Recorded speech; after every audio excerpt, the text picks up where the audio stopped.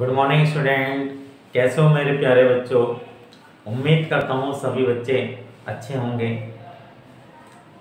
प्यारे बच्चों, व्यस्तता के कारण हम वीडियो नहीं बना पाए। कुछ बच्चों की डिमांड थी कि सर फाइनेंशियल अकाउंटिंग में दिवालिया संबंधी चैप्टर बहुत कठिन है, इसको आप समझाइए। तो उनकी डिमांड को पूरा करते हुए अपने व्यस्तम समय में मैं ये वीडियो बना रहा हूँ। प्यारे बच्चों, ये फाइनेंशियल अकाउंटिंग का महत्वपूर्ण चैप्टर है। हर वर्ष इस चैप्टर में से क्वेश्चन पूछे जाते हैं।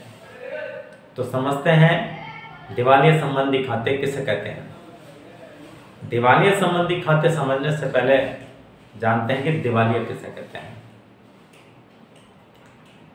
वह व्यक्ति जो अपने ऋण चुकाने में, अपने कर्ज चुकाने में असमर्थ होता है, उस व्यक्ति को दिवालिया कहा जाता है। अर्थात जब किसी व्यक्ति के दायित्व,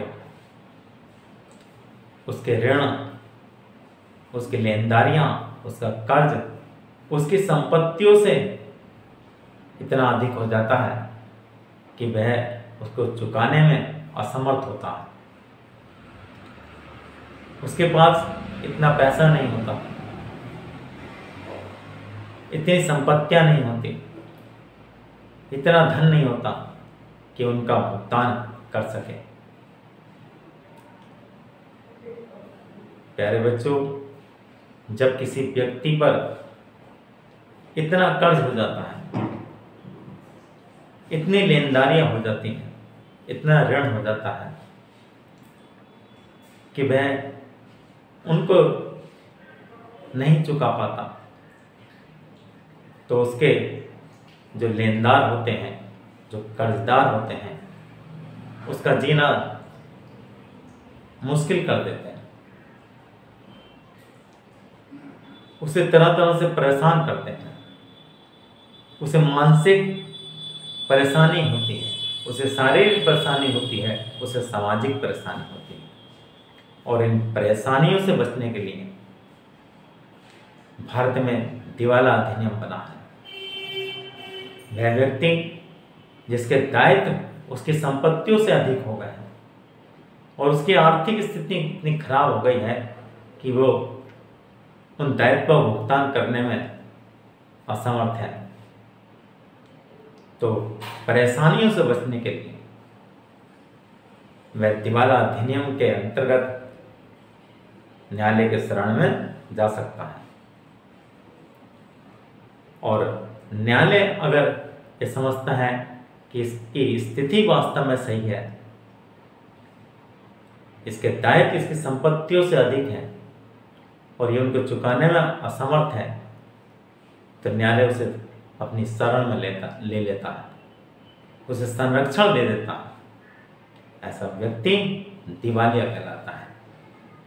प्यारे बच्चों, इस प्रकार दिवालिया व्यक्ति वह व्यक्ति होता है, दिवालिया वह संस्था होती है जिसके दायित्व, जिसका कर्ज, जिसकी लेनदारियां, इसका ऋण उसकी संपत्तियों से अधिक है और उसकी आर्थिक स्थिति इतनी खराब है कि उनको चुकाने में वह असमर्थ है, वह उनको नहीं चुका सकता और उसे न्यायालय ने दिवालिया घोषित कर दिया है, तो ऐसा व्यक्ति, ऐसी संस्था दिवालिया कहलाती है।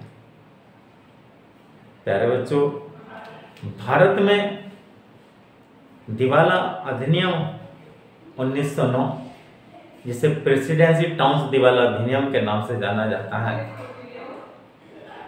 जो मुंबई, कोलकाता, चेन्नई में लागू होता है, तथा प्रांतीय दिवाला अधिनियम 1920 जो भारत के अन्य शहरों में लागू होता है।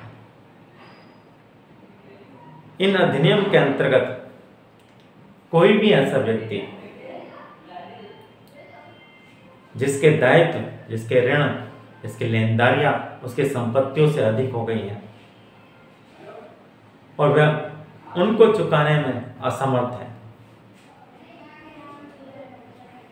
न्यायालय के संरक्षण के लिए इन अधिनियम के तहत प्रार्थना पत्र दे सकता है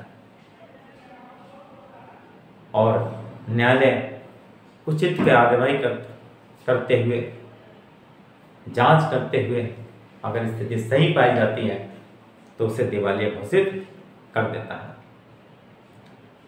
दिवालिया होने के लिए ऋणी भी आवेदन कर सकता है और जो उसके लेनदार वो भी आवेदन कर सकते हैं। दिवालिया होने के लिए 2 शर्तों का होना आवश्यक है। पहला, उसके दायित्व, उसके कर्ज, उसका ऋण उसकी संपत्तियों से अधिक हो और उसकी आर्थिक स्थिति खराब है कि वह उनको नहीं चुका सकता है, उनको चुकाने में असमर्थ हो। दूसरा, उसे न्यायालय ने दिवालिया घोषित कर दिया हो, तभी व्यक्ति या संस्था दिवालिया कहलाती है। अब जानते हैं दिवालिया संबंधी खाते किसे कहते हैं। प्यारे बच्चों, दिवालिया होने के लिए न्यायालय में संपत्ति और दायित्व का विवरण प्रस्तुत करना पड़ता है और इसके लिए जो खाते बनाए जाते हैं उसे दिवालिया संबंधी खाते कहते हैं। इसमें स्थिति विवरण और कमी खाता बनाया जाता है। प्यारे बच्चों, जो व्यक्ति दिवालिया के लिए आवेदन करता है उसे अपनी संपत्ति और दायित्वों का विवरण बनाकर न्यायालय में प्रस्तुत करना होता है, जिसे स्थिति विवरण कहते हैं, और साथ ही उसे कमी खाता भी प्रस्तुत करना होता है। प्यारे बच्चों, इस प्रकार आज आपको अच्छी तरह समझ में आ गया होगा दिवालिया किसे कहते हैं, और ये स्थिति विवरण और कमी खाता अगली वीडियो में आपको समझाएंगे।